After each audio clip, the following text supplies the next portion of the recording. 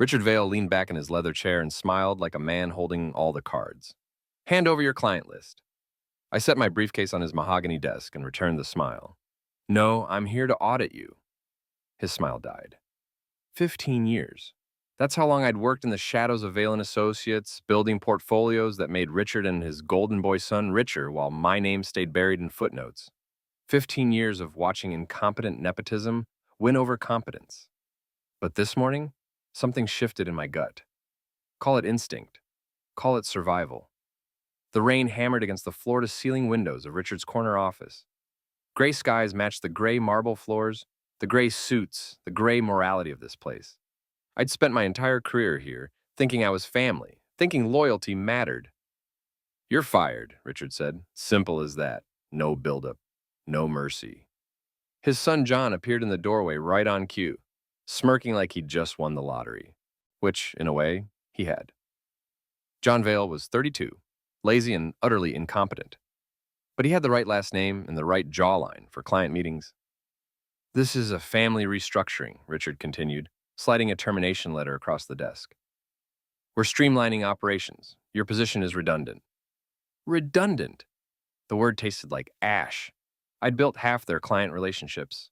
I'd designed strategies that saved their asses during the 2008 crash. But sure, redundant. You'll receive 2 weeks severance, John added, his voice dripping with false sympathy. Be grateful Dad's being generous. I didn't move, didn't sign. Instead, I watched the office door where Marta Green, the senior accountant, stood frozen. She clutched a ledger against her chest, her knuckles white. When our eyes met, she quickly closed the ledger and looked away. That's when I knew. This wasn't about restructuring. This was about hiding something. I need you out of the building by noon, Richard said.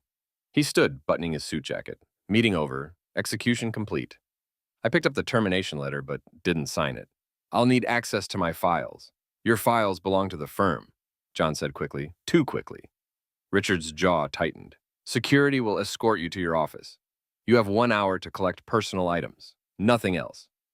As I turned to leave, Marta appeared beside me in the hallway.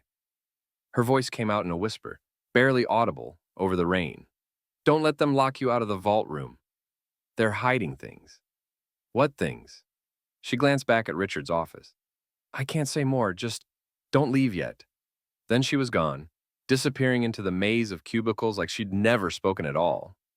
I made it to my office with a security guard shadowing my every step. The nameplate on my door had already been removed. Efficient, I had to give them that. While packing my desk, I tested my access card against the digital reader by my door. Green light, still active. Why? If Richard wanted me gone, why leave my security clearance intact? Because he expected me to come back. Or he wanted to track where I went. I slipped the card into my wallet and kept packing. Family photos, a coffee mug, a stress ball shaped like a dollar sign. 15 years reduced to a cardboard box. The guard's radio crackled. Subject contained it. No incidents. Subject, not even my name anymore. On my way out, I passed the boardroom where Richard stood with 3 senior partners. His voice carried through the half-open door. He can't ever learn what's in the locked accounts. I froze. The guard nudged me forward. Keep moving, but I'd heard enough. Locked accounts. Plural. 15 minutes later, I sat in my car in the parking garage, rain drumming on the roof. My phone buzzed. A text from Marta. Archive room, 3rd floor, tonight. I stared at the message. Every instinct screamed this was a trap.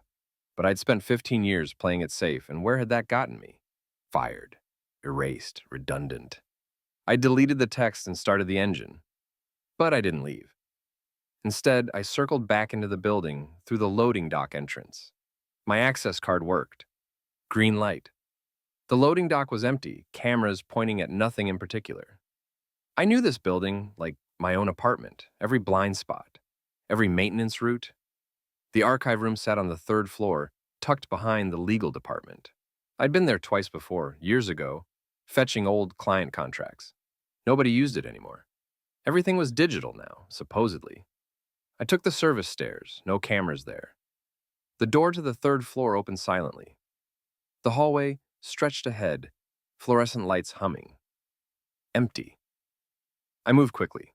The archive room door was unlocked. Inside, rows of filing cabinets lined the walls. Dust covered everything. I pulled out my phone for light and started searching. Client files, tax records, partnership agreements, everything labeled and organized by year. Except they weren't. Entire folders were empty. Files from 2008, files from 2012, all blank. Then I found it. A leather-bound ledger hidden behind a row of binders. No label, just a series of coded entries. Initials, dates, numbers that made my stomach drop. RV, JV, SV, MG. And one more, KL, Catherine Lawson, my mother. My hands started shaking. My mother had worked here 30 years ago. She'd left before I was born. That's what Richard always told me. She'd taken a job overseas, lost touch, the usual story. But here was her name, listed next to company assets from 1990, listed as a founding partner. A motion sensor light clicked on in the back corner of the room. I wasn't alone. Footsteps approached, slow and deliberate. I killed my phone light and ducked behind a cabinet, my heart hammered against my ribs. The footsteps stopped. A drawer opened. Metal scraped against metal. Through a gap in the cabinets, I saw him. John Vale. He opened a secret drawer behind the filing system and pulled out a USB drive. His phone illuminated his face as he whispered to someone, "If he finds this, we're done." He pocketed the drive and left. His footsteps faded down the hallway. I stayed hidden for another 10 minutes, barely breathing. When I finally moved, my legs felt like rubber. I took photos of every page in that ledger, every entry, every initial. Then, I carefully replaced it exactly where I'd found it. This wasn't about firing me. This was about erasing me. But why? What had my mother done? What had she known? And what was on that USB drive? I left through the loading dock, pulling my collar against the rain. The parking garage was empty except for my car and one other vehicle, a black SUV with tinted windows. It hadn't been there before. I didn't go home that night. Instead, I checked into a motel off Route 9, paid cash, and spread the photos from the archive across the bed. The coded ledger entries looked like gibberish at first, but patterns emerged after hours of staring. Each entry followed a formula. Initials, date, amount, then a 6-digit code. The codes corresponded to account numbers. I cross-referenced them with old company reports I'd saved on my laptop over the years. Slowly, the picture came together. My mother's initials appeared next to the firm's founding assets. She wasn't an employee. She was a partner. Maybe even the primary partner, so why had Richard told me she'd left voluntarily? At 3 in the morning, I finally slept. When I woke, my phone showed 6 missed calls from unknown numbers. No messages. I needed answers, and I knew exactly who might have them. Eleanor Vale lived in a rundown apartment complex on the east side of town. Richard's older sister, the family embarrassment. She'd been written out of the company narrative years ago. Officially, she'd had a nervous breakdown. Unofficially, she'd known too much and talked too loud. I knocked on her door at 9. When it opened, the smell of cigarettes and stale wine hit me like a wall. Eleanor looked exactly like I remembered. Mid-60s, gray hair pulled back, eyes sharp despite the alcohol. She wore a bathrobe and held a coffee mug that definitely didn't contain coffee. "Well, well," she said, leaning against the doorframe. "The prodigal son returns. Come to commiserate? I need to talk about my mother." Her expression shifted. Something like recognition, maybe pity. She stepped aside. "You better come in." The apartment was cluttered but clean. Photos covered every surface. Many were of people I didn't recognize. A few showed Richard as a younger man, before the wealth and power had hardened him. "You were fired yesterday," Eleanor said. It wasn't a question. Richard called to gloat, said he'd finally cleaned house. He said my mother left voluntarily, took a job overseas. Eleanor laughed. It was bitter, sharp. "Is that the story he's telling now?" "What's the truth?" She poured whiskey into her coffee and took a long drink. "Your mother didn't leave. She was forced out. Richard destroyed her career, stole her work, and made sure she could never come back." My chest tightened. Why? Because she built everything. The algorithm they used, the investment strategy that made the firm billions. That was Catherine's work. She was the genius. Richard was just the salesman, but he couldn't stand being second. So he waited until she had you, waited until she was vulnerable, then he struck. He stole her work. He forged documents, made it look like she'd signed over her shares. Had lawyers tie her up in litigation until she ran out of money to fight. By the time you were born, she was broke and broken. I felt sick. Where is she now? Eleanor's face fell. She died 6 years ago. Heart attack. Alone. The room tilted. I gripped the armrest of the couch to steady myself. Richard made sure you never knew, Eleanor continued. He wanted you dependent on him, grateful. He hired you straight out of college, paid you just enough to keep you loyal, but never enough to threaten his control. But why fire me now? Because you're too good. You started asking questions, looking at old files. He needed you gone before you discovered the truth. I pulled out my phone and showed her the photos of the ledger. What are these, Kutch? Eleanor studied them, her expression darkening. Shadow accounts. Richard's been using them for years to hide money from auditors. He funnels legitimate client investments into offshore accounts, then skims the profits. The clients get modest returns. Richard gets rich. That's fraud. That's Richard. I scrolled to an entry with my own initials. What's this? Eleanor squinted. That's a portfolio in your name. Someone's been redirecting money into it for years. Who? Either Richard setting you up to take the fall, or... She trailed off. Or what? Or your mother set it up before she was forced out. Insurance? Proof of ownership. My mind raced. If my mother had established accounts in my name, and if those accounts were tied to the firm's founding assets, then legally, I might own part of the company, I said slowly. Eleanor smiled, but it wasn't kind. It was predatory.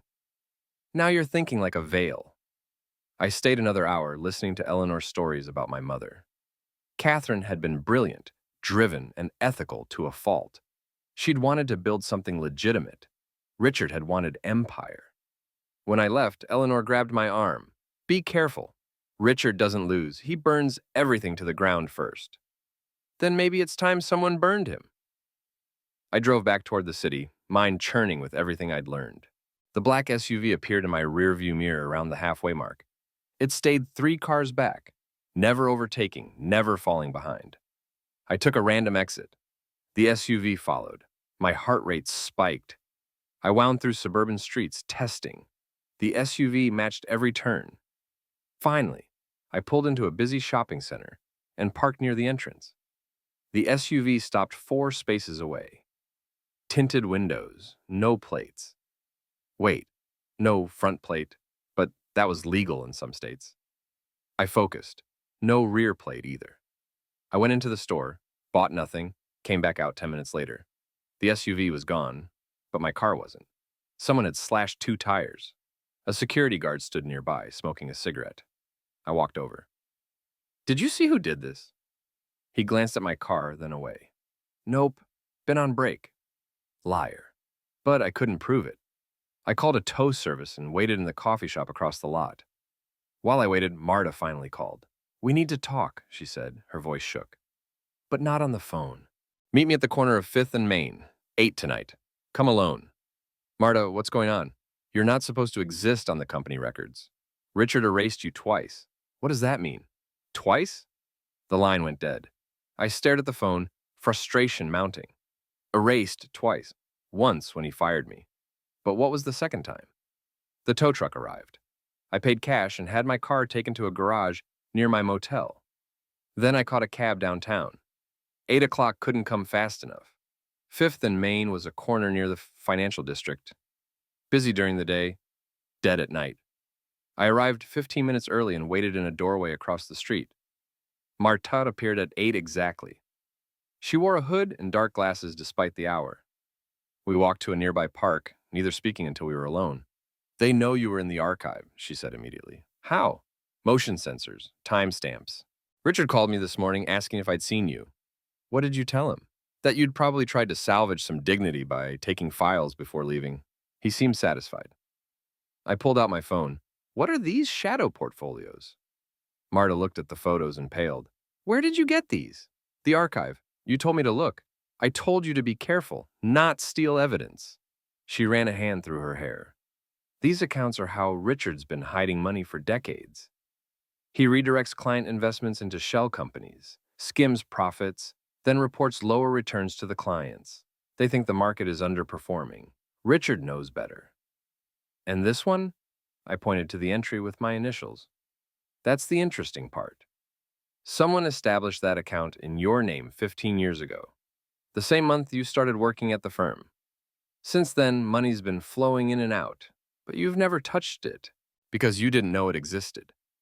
Who set it up? I don't know. But whoever did it had access to Richard's private systems. Someone close. My mother? Marta hesitated. Possibly. But Catherine was gone by then.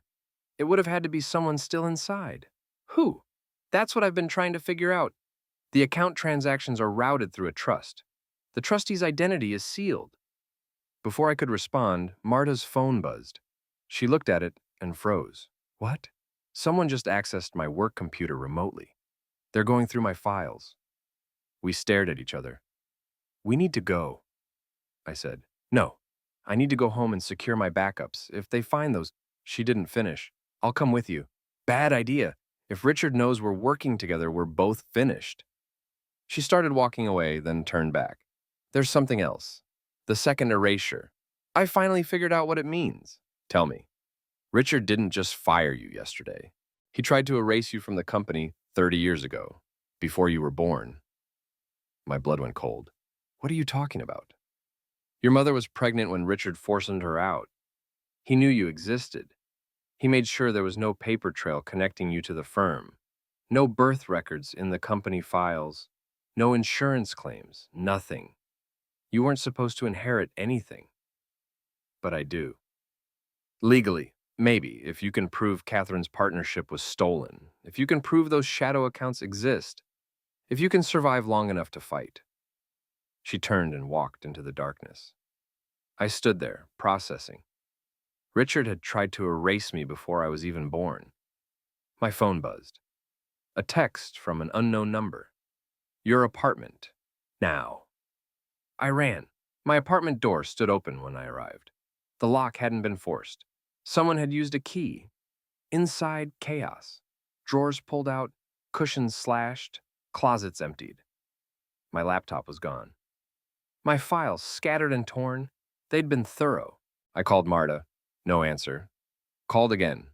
Straight to voicemail. A business card sat on my kitchen counter where nothing else remained intact. Plain white. Just a name and number. Aaron Lorne, private investigator. And a handwritten note Marta sent me. Call immediately. I almost didn't. Could have been a trap. Could have been Richard's people setting me up. But Marta's warning echoed in my head. If you can survive long enough to fight. I used a payphone outside a gas station. Old school, untraceable. Aaron answered on the first ring. You're in danger. No kidding. Who are you? Former financial crimes investigator? I've been watching the Vale family for 3 years. Marta contacted me 2 weeks ago with evidence of fraud. Then she went silent. Until yesterday. Where is she? I don't know, but we need to meet. Somewhere public. Somewhere Richard can't touch us. We agreed on a diner near the highway. 24 hours. Cameras everywhere. Hard to disappear someone in front of 50 witnesses. Aaron was mid-40s, weathered face, sharp eyes. Former cop written all over him. He slid a manila envelope across the table before I'd even sat down. Marta gave me this 3 days ago. Said if anything happened to her, I should give it to you. Inside USB drive, photos of Richard with foreign investors, and a copy of a partnership contract dated 9/5/5, signed by Catherine Lawson and Richard Vale. 50-50 ownership. My mother had owned half the company. Richard forged her exit, Aaron said. Created fake documents showing she'd sold her shares for pennies. By the time Catherine realized what happened, she couldn't afford to fight. Richard had drained her legal fund, destroyed her reputation, and made sure no one would hire her. She died broke. She died angry. Aaron tapped the contract. But she was smart. She hid proof, left it with her attorney. That attorney died 5 years ago, and the documents ended up in a estate sale. Marta bought them. Why would Marta buy old legal documents? Because she's been investigating Richard for years. Her own father lost everything to Vale and Associates, bad investments, hidden fees, fraudulent advice. He committed suicide. I felt sick. Marta never said. She doesn't talk about it. But she's been collecting evidence ever since. She knew Richard was dirty. She just needed proof. When she found your mother's contract, she realized you were the key. Key to what? Majority ownership. If Catherine's partnership was never legally dissolved and if she left her shares to you, then you own 50% of Vale and Associates. Add in the shadow portfolio someone established in your name, and you might own controlling interest. That's impossible. Richard would never let that happen. Richard doesn't know it happened because you weren't supposed to exist on record. You were born after Catherine was forced out. No birth certificate filed through the company. No insurance claims. Richard made sure you were invisible. But I worked there for 15 years. As an employee, not as an owner. Richard kept you close to control you, but far enough away that you'd never discover the truth. I stared at the contract, my mother's signature bold and clear. She'd built something real. Richard had stolen it, and now he was trying to erase me to protect his lie. There's more, Aaron said. He pulled out his laptop and opened a file. Marta decoded part of the ledger entries. The shadow portfolios weren't just for skimming profits. Richard's been laundering money for foreign investors. Millions, maybe billions. That's a federal crime, which is why he's desperate to shut this down. If the truth comes out, he doesn't just lose the company, he goes to prison. I thought about the black SUV, the slashed tires, my ransacked apartment. He'll kill to protect this. He already has. Aaron's voice went flat. Your mother's death wasn't a heart attack, it was staged. The world tilted. What? Catherine was in perfect health 6 months before she died. No history of heart disease. Then suddenly, heart attack.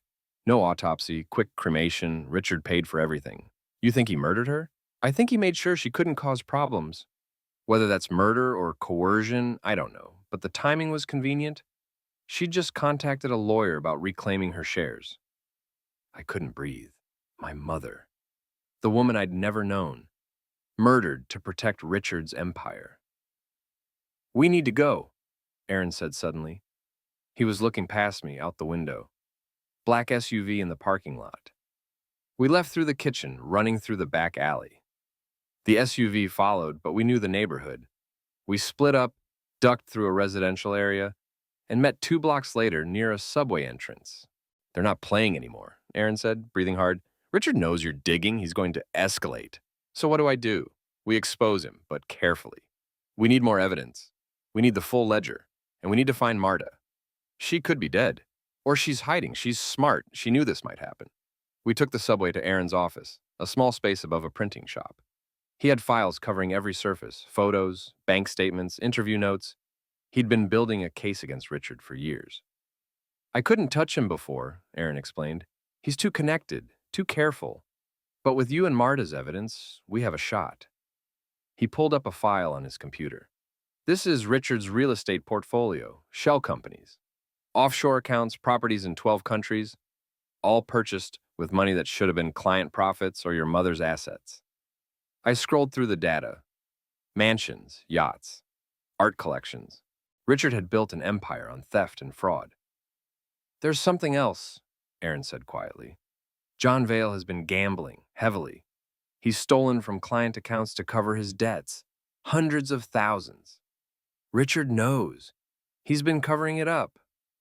With the shadow portfolios. Exactly. Richard redirects legitimate investments to cover John's losses. The clients never know. And Richard uses the opportunity to skim extra. I leaned back, overwhelmed. The Vale family was rotting from the inside, and I'd been blind to it for 15 years. There's a file I can't access, Aaron said, pulling up an encrypted folder. It's labeled RV Confession, but it's locked with a password and biometric security. What do you think is on it? Based on the metadata, audio recording, dated 6 months before your mother died. Richard confessing? Maybe, or evidence of what he did, but we need the password. I tried my birth date, failed. Tried my mother's birth date, failed. Then tried something else. Richard's birth date. The file began to unlock. Then froze. A warning appeared. Unauthorized access detected. File locked pending verification. The screen went black. They're in my system, Aaron said. He yanked the power cord. We need to move, now. We grabbed what we could and ran. Out the back, down the fire escape, into the street. Behind us, Aaron's office window exploded in flames. We kept running until we reached a park, hiding among late-night joggers and homeless camps. My heart hammered. My hands shook. That was a warning, Aaron said. Richard knows we're close. What do? We find Marta. She has backup files, proof we can't replace. My phone buzzed. Unknown number, text message. Come to the firm tonight. Bring the USB, or Marta won't live to see morning. We had 2 hours. Aaron and I split up to gather supplies. Burner phones, cash, anything we'd need if this went sideways. I met him outside Vale and Associates at 11 p.m. The building was dark except for security lights. The night guard sat at the front desk, scrolling his phone. How do we get in? Aaron asked. I still have my access card. Richard never deactivated it. That's a trap. Everything's a trap at this point. We circled to the loading dock. I swiped my card, green light. The door clicked open. Inside, the hallway stretched empty and cold. Our footsteps echoed on the tile. I led Aaron through the service corridors, avoiding cameras. The text had said to come to the firm. It hadn't said where, but I knew. The vault, where they kept the real records. We reached the 3rd floor and moved toward the back offices. The vault door was steel, requiring both digital and physical keys. I had the digital access. I didn't have the key. Wait here, I told Aaron. Bad idea. If something happens, you're the only one who knows the truth. Stay hidden. I approached the security station. The night guard looked up, surprised. Sir, you're not supposed to be here. Richard asked me to pick something up. Last minute. I kept my voice casual. The guard frowned. I didn't get authorization. Call him. He's expecting me. The guard reached for his phone. While he did, I noticed the key ring hanging from his belt. One key stood out, bronze, older than the others. The guard turned away to dial. I grabbed a paperweight from the desk and brought it down on his shoulder. Not hard enough to cause real damage, just enough to stun. He dropped. The keys fell. I grabbed them and ran. Behind me, the guard groaned into his radio. Security breach, 3rd floor. Aaron appeared at my side. Subtle. We have 5 minutes, maybe less. The vault door opened with both the key and my card. Inside, filing cabinets lined the walls. But these weren't like the archive. These files were current, active, real. I found what I was looking for in the 3rd cabinet. Original partnership agreements, secret payment records, offshore account numbers. Everything Marta had described. But there was more. A medical report from 1995, documenting an incident at the firm. Catherine Lawson, hospitalized after falling down the office stairs, except the doctor's notes mentioned bruising inconsistent with a fall, suggested possible assault. My hands shook as I photographed everything. Aaron found another file. Look at this. Documents showing Sophia Vale had falsified audit reports. She'd been helping Richard hide the shadow portfolios for years. And in return, Richard had helped her blackmail an investor by staging an affair. The Vale family was poison. We were shoving files into a bag when the vault door opened wider. Richard stepped inside, flanked by 2 security guards. He looked calm, too calm. I knew you'd come back. Where's Marta? I demanded. Safe for now, depending on what you do next. Aaron positioned himself between me and Richard. You can't cover this up. We have copies. The evidence is already with federal investigators. You're bluffing. But Richard's eye twitched. The shadow portfolios, the laundered money, Catherine's stolen shares, it's all documented. Richard's composure cracked. You don't understand. Your mother was going to destroy everything we built. You mean everything she built? You stole it. I saved it. Catherine wanted to go public with ethical concerns. She would have destroyed the company over principle. I protected our investors. You protected yourself. And you. I gave you a job, a career. I could have left you with nothing. You did leave me with nothing. You erased my mother's legacy and tried to erase me. Richard stepped closer. You're just like her. Too stubborn to see the bigger picture. What bigger picture? Fraud, murder? His face went pale. You killed her. She killed herself by refusing to compromise. The admission hung in the air. Richard realized what he'd said, but it was too late. Aaron had his phone out, recording. "Say that again." The fire alarm erupted. Loud, piercing, disorienting. Richard smiled. "Did you really think I'd let you walk out of here?" The vault door began closing automatically.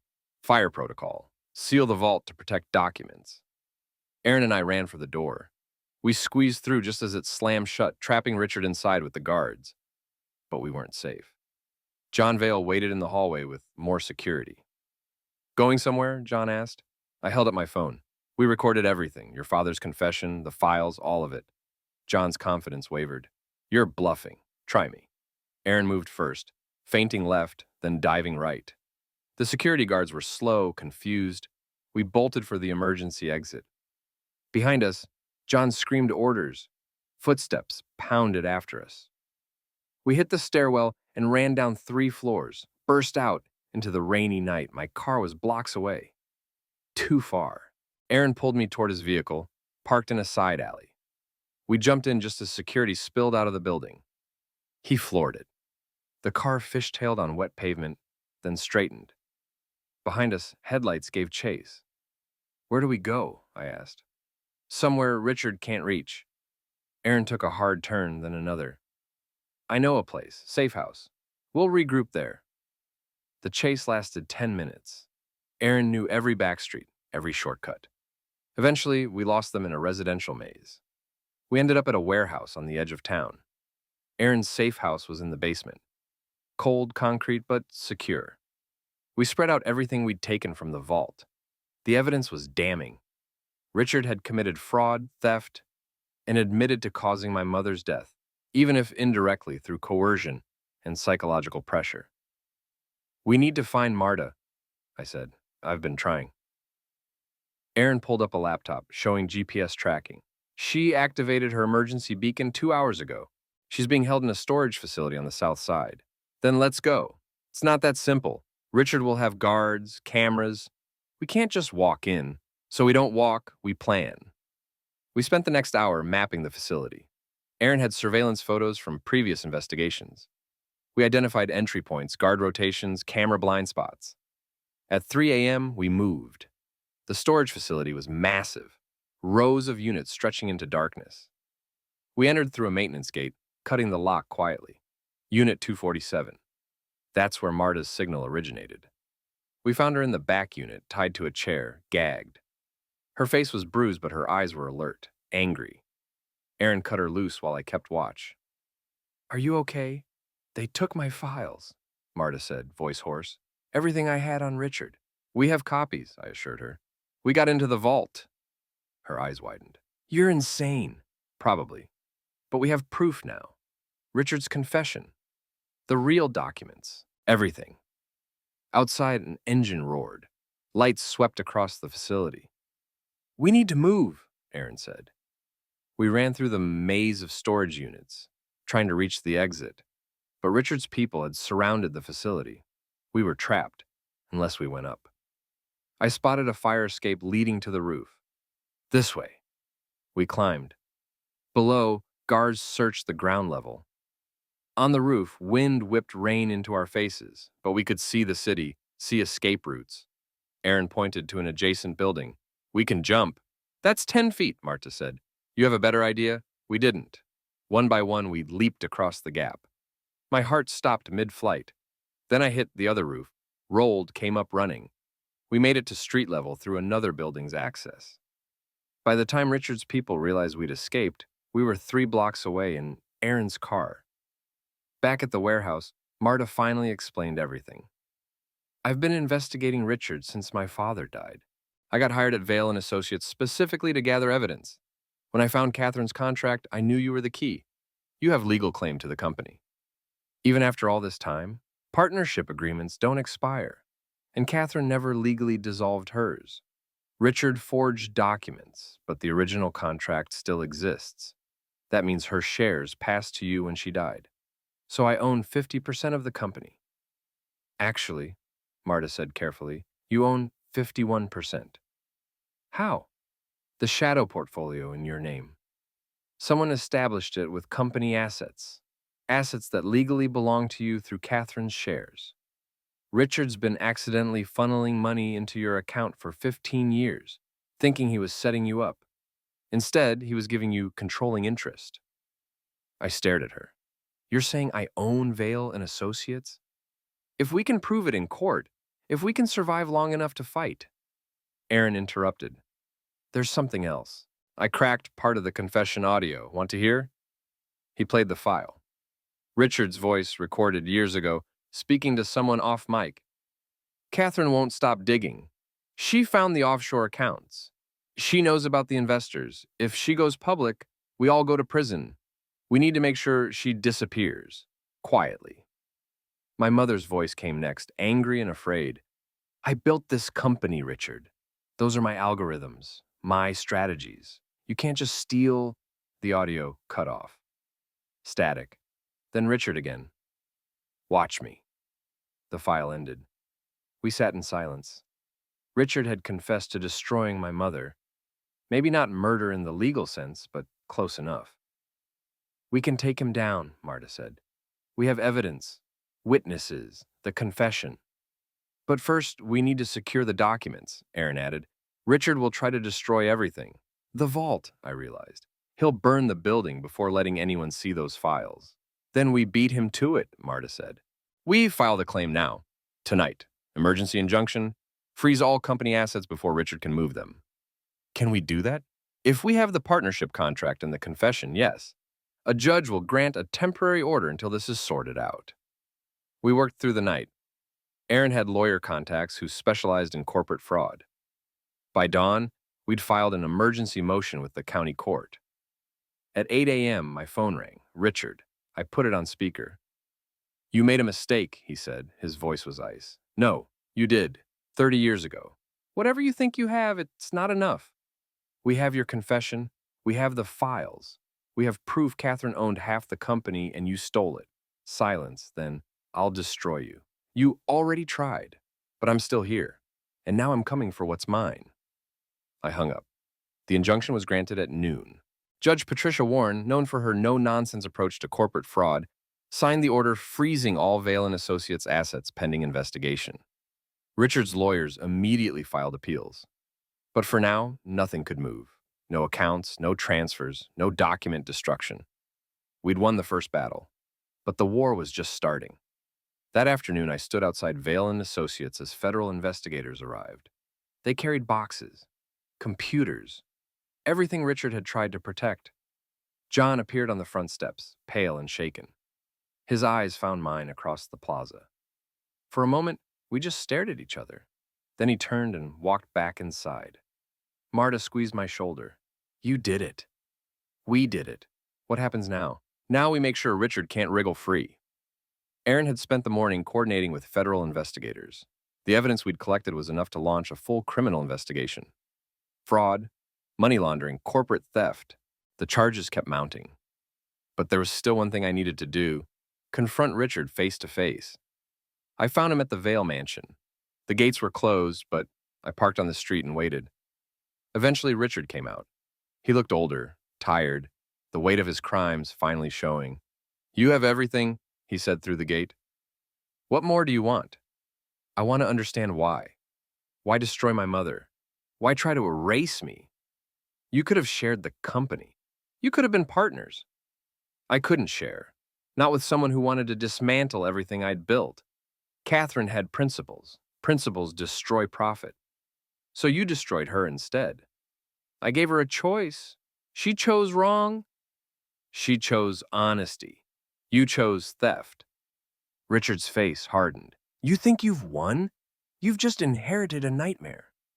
The investigators will find things that implicate everyone, including your mother. Liar. Am I? Catherine knew about the offshore accounts. She helped set them up. Then she got cold feet and wanted out. I simply encouraged her to stay quiet. You threatened her. I protected the company, and whether you like it or not, you're a Vale now. You inherit the sins along with the assets. Then I'll fix what you broke. Richard laughed. It was hollow, defeated. Good luck. The investors will eat you alive. The board will revolt. You'll be gone within a year.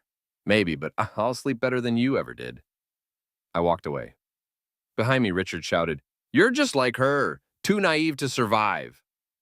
Maybe he was right. Maybe I was naive. But I'd rather be honest and naive than corrupt and powerful. The next week was chaos. Interviews with investigators, meetings with lawyers, depositions. Richard fought every step. But the evidence was overwhelming. John tried to cut a deal, throwing his father under the bus in exchange for immunity.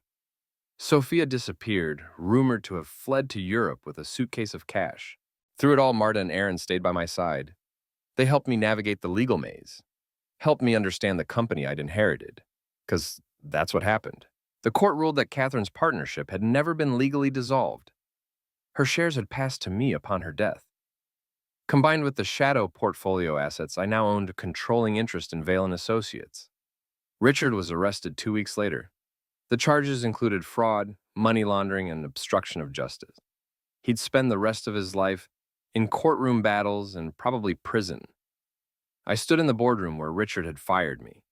The same marble floors, the same gray skies outside, but everything had changed. The board members, what was left of them, waited for me to speak. Some looked scared, others looked calculating. All wondered what I'd do next. "This company was built on theft," I said. "My mother's work was stolen. Client funds were stolen. Trust was stolen. I intend to fix that." "How?" one board member asked. "By returning to Catherine Lawson's original vision, ethical investing, transparent practices, real returns for real clients." "That'll cost billions," another said. "Then it costs billions. We'll make restitution to every client Richard defrauded. We'll restructure the company with oversight and accountability, and we'll rebuild trust, even if it takes decades." "The company will collapse," someone warned. "Then it collapses, but it'll collapse honestly. And from those ashes, we'll build something real." The board erupted in arguments. Some threatened to resign, others demanded buyouts. I let them fight. When the room finally quieted, I stood. "Anyone who wants to leave, leave. I won't stop you. But if you stay, you follow new rules. Catherine Lawson's rules. The rules that should have been followed from the beginning." Half the board walked out. The other half stayed, whether from belief or survival instinct, I didn't know. Didn't care. Marta became CFO. Aaron became head of compliance. Together, we started the long process of cleaning house. It wasn't glamorous. It wasn't easy. Client lawsuits piled up. Regulatory investigations continued. The company's value plummeted as we disclosed decades of fraud. But slowly we rebuilt. New clients came, attracted by transparency. Talented people joined, people who'd been driven away by Richard's corruption. The company started to look like what my mother had originally envisioned. 1 year later, I stood at my mother's grave, simple headstone, Catherine Lawson. 1965 to 2019, beloved mother. I'd added a line, visionary, founder, vindicated. "I did it, Mom," I said to the stone. "I reclaimed what you built, and I'm going to make sure it stays clean." The wind rustled through the cemetery trees. Maybe it was imagination, but I felt her approval. My phone buzzed. Aaron. "Richard's plea deal fell through," he texted. "He's going to trial." Good. Let him face every crime in open court. Let the world see what he'd done. I left the cemetery and drove back to the office. There was work to do. Always work. But it was honest work now. Work I could be proud of. The company would never be what Richard made it. But maybe that was the point.